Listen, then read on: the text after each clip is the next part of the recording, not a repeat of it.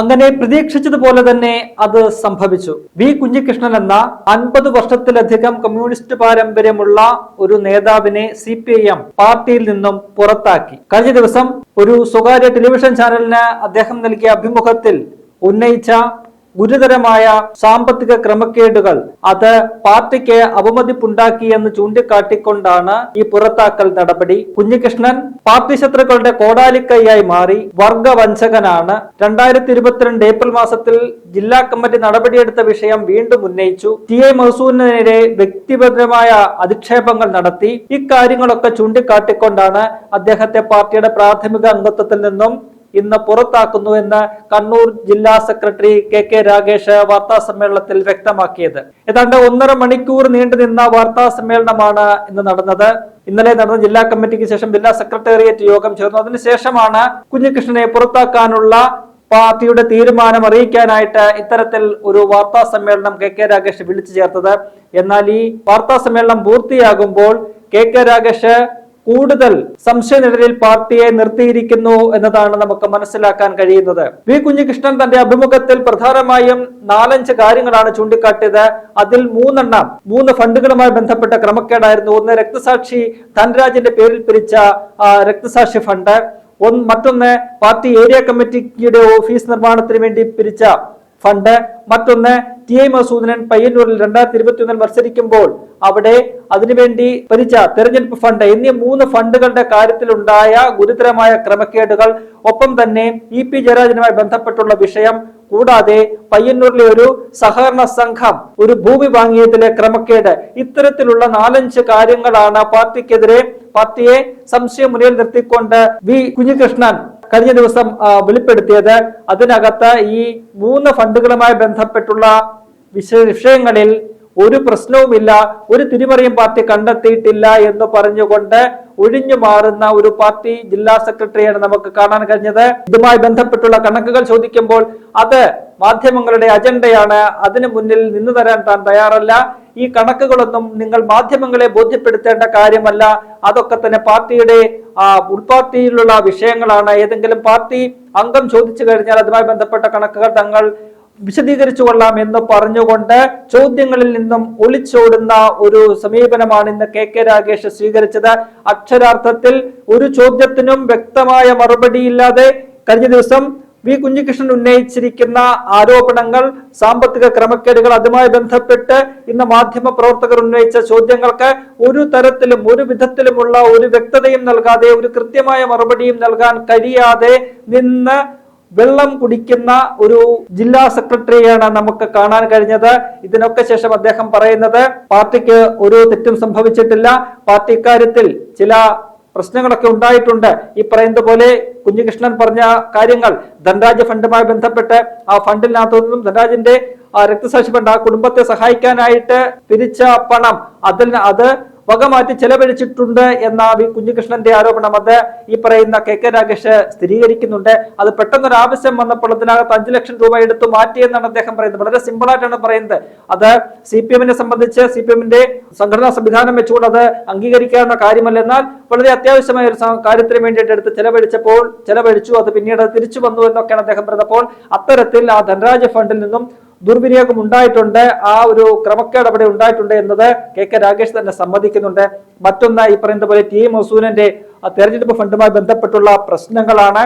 ആ തെരഞ്ഞെടുപ്പ് ഫണ്ടിൽ ഈ പറയുന്ന പോലെ അന്ന് കുഞ്ഞികൃഷ്ണൻ ഉന്നയിച്ച പ്രധാനപ്പെട്ട കാര്യം 6 രസീത് കുറ്റികൾ വ്യാജമായിട്ട് നിർമ്മിച്ചിരുന്നു, അതിനകത്ത് പണപ്പിരിവ് നടത്തിയെന്നതാണ്.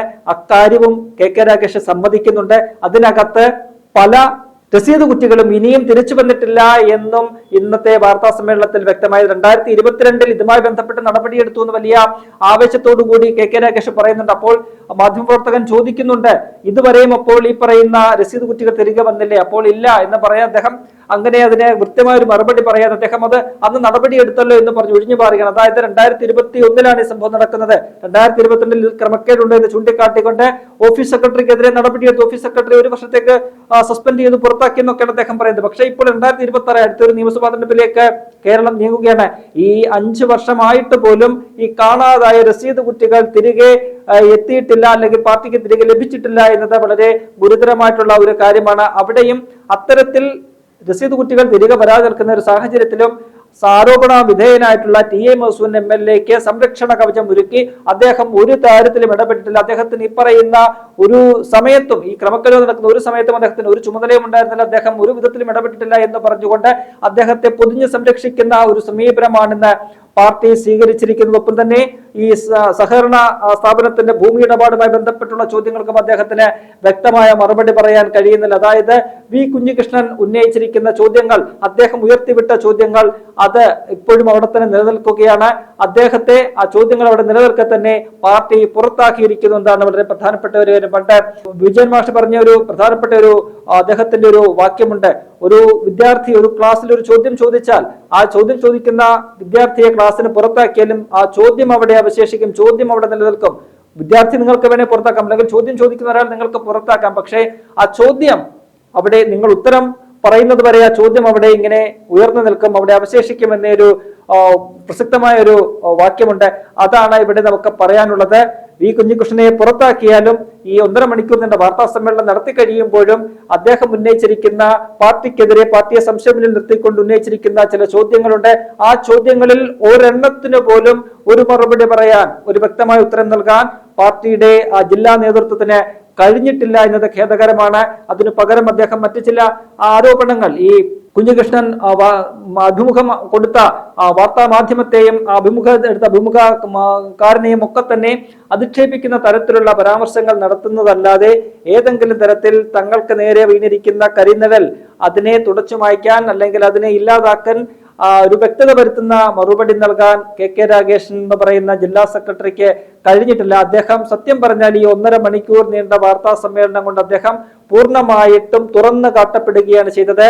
ഈ വിഷയത്തിൽ പാർട്ടി സംവിധാനത്തിന്, പ്രത്യേകിച്ചും പയ്യന്നൂർ ഏരിയ കമ്മിറ്റിക്ക് ഉണ്ടായിട്ടുള്ള വീഴ്ചകൾ, പയ്യന്നൂർ ഏരിയ കമ്മിറ്റി വിഷയത്തിൽ ഈ 3 ഫണ്ടിന്റെ കാര്യത്തിലും ക്രമക്കേടുകൾ സംഭവിച്ചിട്ടുണ്ട് എന്നത് തുറന്ന് സമ്മതിക്കുന്ന, അല്ലെങ്കിൽ അത് വീണ്ടും വീണ്ടും കേരളീയ പൊതുസമൂഹത്തിന് മുന്നിൽ തുറന്ന് കാട്ടപ്പെടുന്ന ഒരു 1.5 മണിക്കൂറായിട്ട് കെ രാഗേഷിന്റെ വാർത്താ സമ്മേളനം മാറി എന്നതാണ് ഏറെ പ്രധാനപ്പെട്ട ഒരു കാര്യം. നമുക്കറിയാം, ഇത്തരത്തിൽ ഇത് പാർട്ടിയിലെ ഒരു അംഗം തന്നെ, ഏതാണ്ട് 50 വർഷം നീണ്ട ഒരു കമ്മ്യൂണിസ്റ്റുകാരൻ അദ്ദേഹത്തെ ആ അഭിമുഖത്തിൽ ഉത്തമനായ ഒരു കമ്മ്യൂണിസ്റ്റുകാരൻ എന്ന് വിശേഷിപ്പിക്കുമ്പോൾ, അത് ഇന്ന് കെ രാഗേഷ് പറയുന്നത് പാർട്ടിക്ക് എതിരായിട്ട് നിൽക്കുമ്പോൾ അദ്ദേഹത്തെ ഉത്തമനായ കമ്മ്യൂണിസ്റ്റുകാരൻ വിശേഷിപ്പിക്കുന്നത്, അദ്ദേഹം ഒരു ഉത്തമനായ കമ്മ്യൂണിസ്റ്റുകാരനല്ല, അദ്ദേഹം ഒരു പാർട്ടി വഞ്ചകനാണ് എന്നാണ് അദ്ദേഹത്തെ വിശേഷിപ്പിക്കുന്നത്. അപ്പോൾ അത്തരത്തിൽ 50 വർഷത്തോളം പാർട്ടിക്കുള്ളിൽ നിന്ന് അദ്ദേഹം പ്രവർത്തിച്ച ഒരു നേതാവാണ്.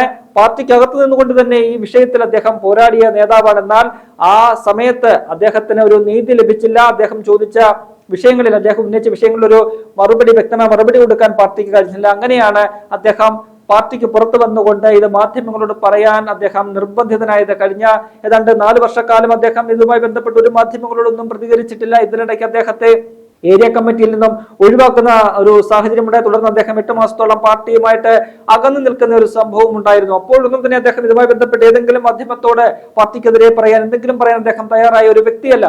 അത്തരത്തിലൊരു പാർട്ടി പ്രവർത്തകനായിട്ട്, പാർട്ടിയോട് കൂറും അനുഭവമുള്ള ഒരു പ്രവർത്തകനായിട്ട് അദ്ദേഹം മുന്നോട്ട് പോവുകയായിരുന്നു. അത്തരത്തിലൊരു വ്യക്തിയാണ് ഇപ്പോൾ സഹി കെട്ടുകൊണ്ട് ഇങ്ങനെ ഒരു തുറന്നു പറച്ചിൽ പൊതുസമൂഹത്തിന് മുന്നിൽ നടത്തിയിരിക്കുന്നത്. പക്ഷേ ഈ വിഷയത്തിൽ CPM-ന് ഒരു വ്യക്തമായ മറുപടി പറയണം. കാരണം ഒരു സാമ്പത്തിക ക്രമക്കേടാണ്. നമുക്കറിയാം, ഏതെങ്കിലും എതിർ പാർട്ടിക്കാർക്കെതിരെ ഒരു സാമ്പത്തിക ക്രമക്കേട് ആരോപണം വന്നു കഴിഞ്ഞാൽ അത് വലിയ വിഷയമായിട്ട് ഉയർത്തി അവരെ കൊണ്ട് ഓരോ അണാ പൈസയ്ക്കും കണക്ക് പറയിപ്പിക്കുന്ന ഒരു പാർട്ടിയും അതിന്റെ നേതൃത്വവുമാണ് CPM-ന് ഉള്ളത്. ആ പാർട്ടിയാണ് തങ്ങൾക്കെതിരെ വന്നിരിക്കുന്ന വളരെ ഗുരുതരമായിട്ടുള്ള ഒന്നുമല്ല 2-3 ക്രമക്കേടുകൾ, സാമ്പത്തിക ക്രമക്കേടുകളുടെ വിഷയങ്ങൾ, അതിനകത്ത് ഒന്നിനകത്തും ഒരു കൃത്യമായ വിശദീകരണം നൽകാൻ, ആ കണക്കുകൾ പുറത്തുവിടാൻ തങ്ങളുടെ ഭാഗത്ത് തെറ്റില്ല എന്നുണ്ടെങ്കിൽ ഇതുമായി ബന്ധപ്പെട്ടുള്ള ധനരാജന്റെ രക്തസാക്ഷി ഫണ്ടിന്റെ പിരിവുകളും അതിന്റെ വരവ് ചെലവ് കണക്കുകളും പുറത്തുവിടാം. ഒപ്പം തന്നെ ടി മധുസൂദന്റെ തെരഞ്ഞെടുപ്പ് ഫണ്ടുമായി ബന്ധപ്പെട്ടുള്ള വരവ് ചെലവ് കണക്കുകൾ പുറത്തുവിടാം. ഒപ്പം തന്നെ ഈ പറയുന്ന പോലെ 3ാമത്തെ പാർട്ടിയുടെ ഏരിയ കമ്മിറ്റി ഓഫീസ് നിർമ്മാണവുമായി ബന്ധപ്പെട്ടുള്ള ക്രമക്കേടുകൾ, അതുമായി ബന്ധപ്പെട്ടുള്ള വരവ് ചെലവ് കണക്കുകൾ, അതൊക്കെ തന്നെ പുറത്തുവിട്ടുകൊണ്ട് ഈ ആരോപണങ്ങളെ നിഷ്കരണം, അത് തള്ളിക്കളയാവുന്നതാണ്, അല്ലെങ്കിൽ അതിനെ നിഷ്പ്രഭമാക്കാവുന്നതാണ്. പക്ഷെ അതിന് ജില്ലാ സെക്രട്ടറി തയ്യാറാകുന്നില്ല. അതിന് അദ്ദേഹം മറ്റു ചില ന്യായങ്ങളാണ് പറയുന്നത്. ഇതൊന്നും തന്നെ പുറത്തു പറയേണ്ട കാര്യമല്ല എന്നതാണ്. അത് പിന്നെ എവിടെയാണ് കെ രാഗേഷ് പറയേണ്ടത് എന്ന ചോദ്യമാണ് ഉയരുന്നത്. നിങ്ങൾക്ക് ഒളിക്കാനൊന്നുമില്ലെങ്കിൽ, മറയ്ക്കാനൊന്നുമില്ലെങ്കിൽ, നിങ്ങളുടെ മടിയിൽ കനമില്ല എന്നുണ്ടെങ്കിൽ നിങ്ങൾക്ക് ഇതുമായി ബന്ധപ്പെട്ടുള്ള ഈ 3 ഫണ്ടുകളുമായി ബന്ധപ്പെട്ടുള്ള വരവ് ചെലവ് കണക്കുകൾ പുറത്തുവിട്ടുകൊണ്ട് നിങ്ങളുടെ സത്യസന്ധത തെളിയിക്കാവുന്നതാണ്. പക്ഷെ അതിന് നിങ്ങൾക്ക് കഴിയാത്തത്തോളം കാലം നിങ്ങൾ സംശയ നിഴലിൽ തന്നെയായിരിക്കും.